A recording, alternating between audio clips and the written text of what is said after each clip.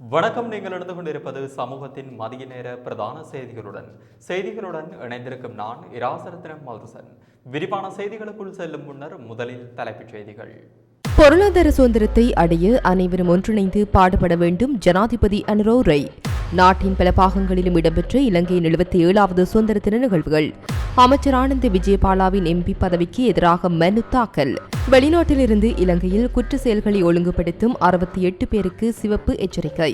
செலவினங்களை சமர்ப்பிக்காத 13 ஜனாதிபதி வேட்பாளர்களுக்கு எதிராக வழக்கு. பொறுப்புக்கூறலை தவிர்க்கும் அனுர் அரசு போராட்டங்களை முடக்க முயற்சி குற்றம் சாட்டும் எதிர்க்கட்சி.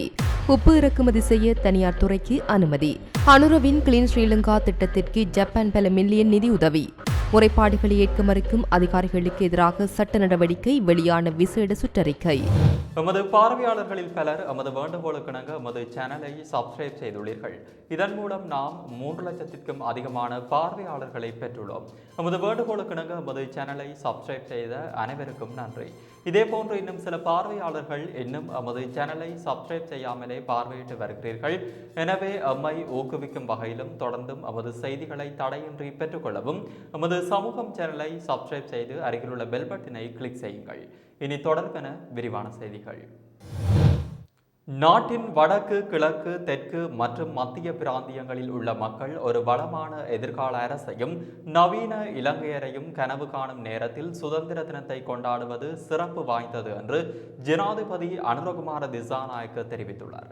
77வது சுதந்திர தின கொண்டாட்டங்கள் இன்று காலை ஜனாதிபதி தலைமையில் சுதந்திர சதுக்க வளாகத்தில் ஆரம்பமானதுடன் இதில் உரையாற்றிய ஜனாதிபதி இதனை தெரிவித்தார். இந்த வருட சுதந்திர தினம் ஒரு சிறப்பு வாய்ந்த நாள் என்றும் சுதந்திர கனவை ஒன்றாக காண வேண்டும், ஒன்றாக நினைவாக்க வேண்டும் என்றும் கடந்த காலத்தை பார்த்து இதுவரை கொண்டாடப்பட்டு வந்த சுதந்திரம் இன்று எதிர்காலத்தை பார்த்து கொண்டாடப்படுகிறது என்றும் ஜனாதிபதி கூறினார். நமது சுதந்திரத்திற்காக தங்கள் உயிரை தியாகம் செய்து ஆயிரக்கணக்கான துணிச்சலான ஆண்கள் மற்றும் பெண்களின் ரத்தம், கண்ணீர் மற்றும் வியர்வையால் நாம் இவ்வளவு தூரம் வந்துள்ளோம். அவர்கள் அனைவருக்கும் நாம் நன்றி சொல்ல கடமைப்பட்டுள்ளோம். இந்த நாட்டில் நவீன குடிமக்களாக பெருமையுடன் வாழ தேவையான சுதந்திரத்தை உருவாக்க நமது பொருளாதார சுதந்திரத்திற்காக, நமது சமூக மற்றும் கலாச்சார சுதந்திரத்திற்காக நாம் ஒன்றாக ஒரு பயணத்தை மேற்கொள்ள வேண்டும். அரசியல் பிரதிநிதிகள் மத்தியில் மட்டுமல்ல, நிறுவன தலைவர்கள் மற்றும் ஊழியர்களிடையும், அரசு ஊழியர்களுக்கும் பொதுமக்களுக்கும் இடையில், ஆசிரியர்களுக்கும் மாணவர்களுக்கும் இடையில், இன மத மக்கள் மட்டுமல்ல எல்லா துறைகளிலும் வேரூன்றி இருக்கும் சாதி வேறுபாடுகளை நாம் இந்த சமூகத்திலிருந்து சுத்தப்படுத்த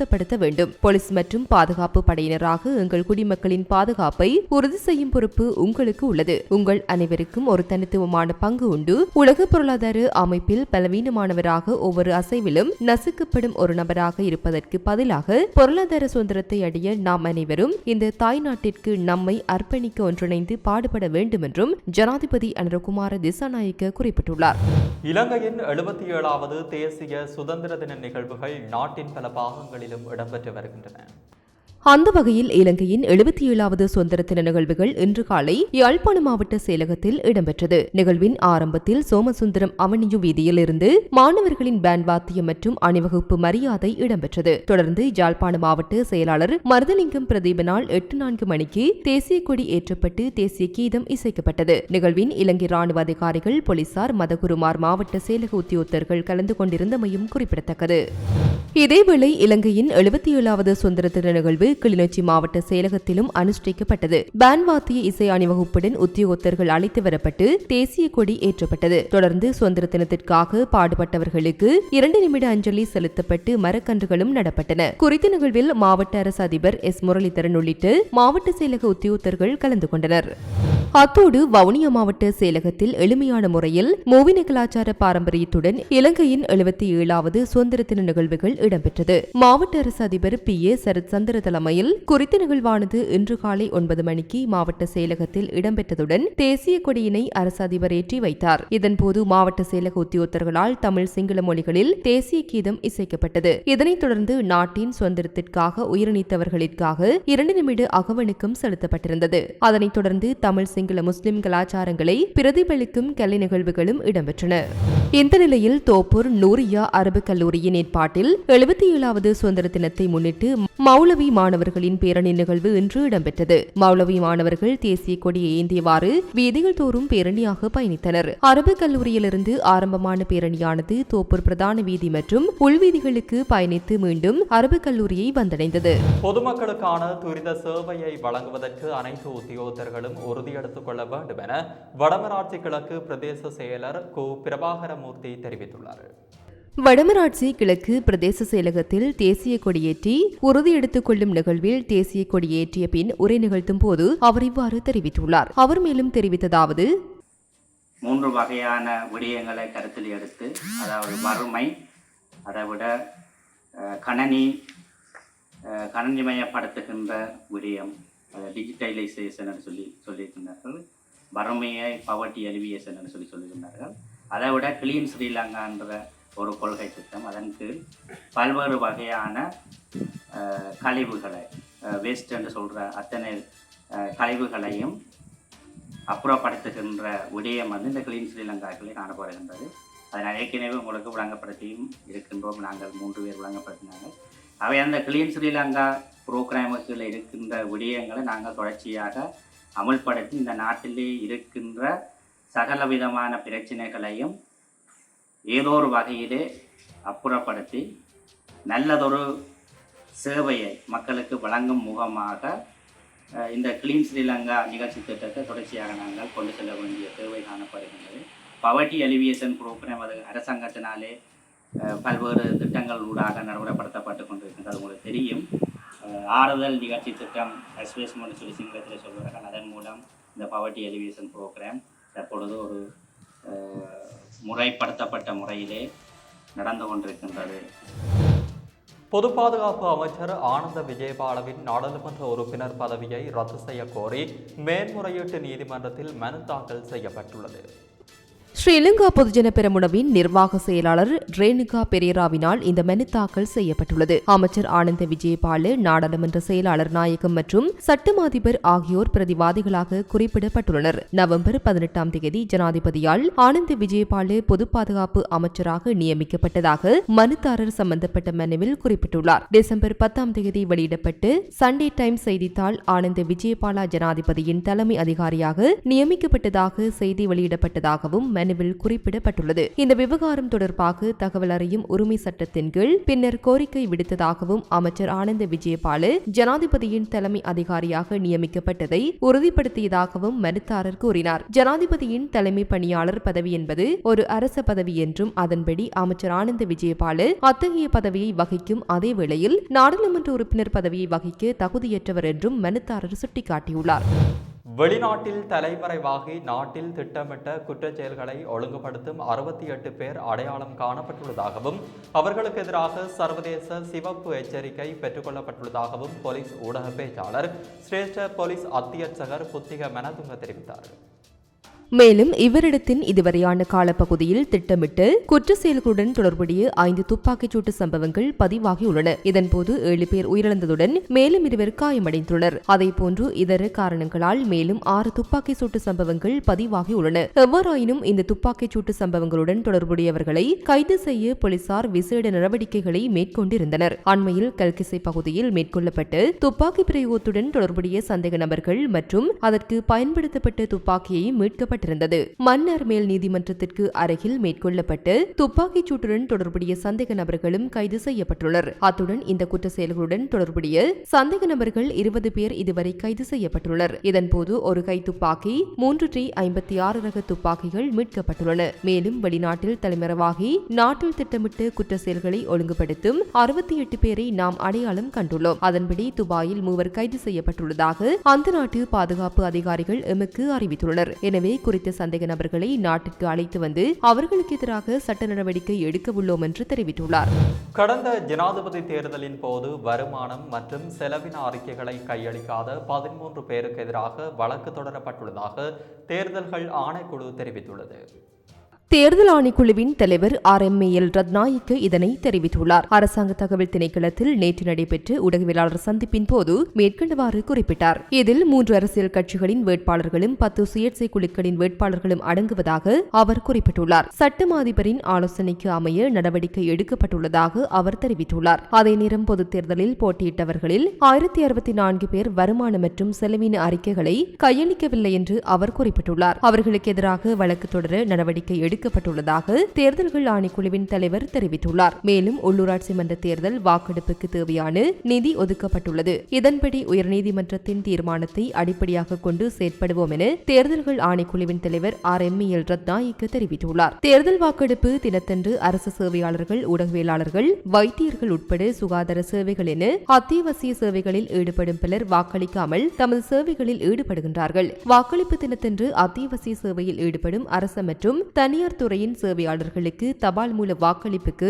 அனுமதி அளிக்குமாறு தேர்தல் முறைமை தொடர்பிலான பாராளுமன்ற தெரிவுக்குழு மற்றும் குழுக்களிடம் பலமுறை யோசனைகளை முன்வைத்துள்ளோம். இருப்பினும் முன்வைக்கப்பட்ட பரிந்துரைகள் ஏதும் இதுவரையில் செயற்படுத்தப்படவில்லை. 2024 ஆண்டு ஜனாதிபதி தேர்தல் நிறைவடைந்ததன் பின்னர் ஜனாதிபதி அனுரகுமார திசாநாயக்கவிடம் இந்த யோசனைகளை முன்வைத்தோம். ஆகவே இந்த யோசனைகளை நிறைவேற்றுவதற்கு தேர்தல்கள் சட்டத்தில் திருத்தம் மேற்கொள்ளப்பட வேண்டும். அதற்காக அழுத்தத்தை தொடர்ந்து பிரயோகிப்போம் என்று தெரிவித்துள்ளார்.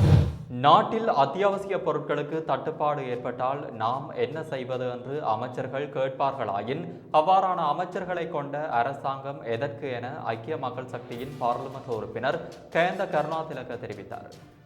கொழும்பில் உள்ள ஐக்கிய மக்கள் சக்தி அலுவலகத்தில் நேற்று இடம்பெற்ற ஊடகவியலாளர் மாநாட்டில் இதனை தெரிவித்த அவர் மேலும் குறிப்பிடுகையில், செல்லப்பிராணிகளுக்கு அதிக உணவு வழங்கப்பட்டால், மக்கள் அதிக அளவில் தேங்காய்களை உபயோகித்தால், துறைமுகங்களில் கொள்கலன்கள் தேங்கினால் நாம் என்ன செய்வது என்று அரசாங்கம் கேள்வி எழுப்புகின்றது. அவ்வாறெனில் இந்த நாட்டிற்கு அரசாங்கம் என்ற ஒன்று எதற்கு? அரசாங்கம் பொறுப்பேற்று 4 மாதங்கள் நிறைவடைவதற்குள் 6 அரச நிறுவன தலைவர்கள் பதவி விலகிவிட்டனர். மறுபுறம் கூட்டுறவு சங்க தேர்தல்களில் அரசாங்கம் தோல்வியை தழுவியுள்ளது. இந்த நிலையில் விரைவில் உள்ளூராட்சி மன்ற தேர்தலும் இடம்பெற உள்ளது. அதனை மையமாக கொண்டு அரசாங்கம் முன்னாள் ஜனாதிபதிகளின் சிறப்புரிமைகள் தொடர்பில் மக்கள் மத்தியில் கோபத்தை உருவாக்கிக் கொண்டிருக்கின்றது. ஆனால் எவ்வித பரிசோதனைகளுமின்றி விடுவிக்கப்பட்டு அதிக அபாயமிக்க கொள்கலன்கள் தொடர்பில் அரசாங்கத்திடமிருந்து எந்த அறிவிப்பும் இல்லை. விவசாயிகள் போராட்டத்தில் ஈடுபடும் போது அவர்கள் மீது அச்சுறுத்தல் விடுக்கப்படுகின்றது. கடந்த அரசாங்கங்களுக்கு எதிராக சகல தொழிற்சங்கங்களையும் வீதிக்கு இறக்கி போராடிய இந்த அரசாங்கம் தற்போது போராட்டங்களை முடக்க முற்படுகிறது என்று தெரிவித்துள்ளார். இலங்கையிலிருந்து ஆங்கிலேயர் வெளியேறிய தினம் என்பது தமிழர்களின் சுய நிர்ணய உரிமை முழுமையாக பறிக்கப்பட்ட நாளாகவே அமைந்தது. அதனால்தான் 1948 ஆண்டிலிருந்து இன்று வரை இலங்கை தீவில் இனப்பிரச்சினை என்பது தீர்க்கப்படாத ஒன்றாக தொடர்வதாக வடக்கு மாகாண சபை முன்னாள் உறுப்பினர் சபா குகதாஸ் தெரிவித்தார்.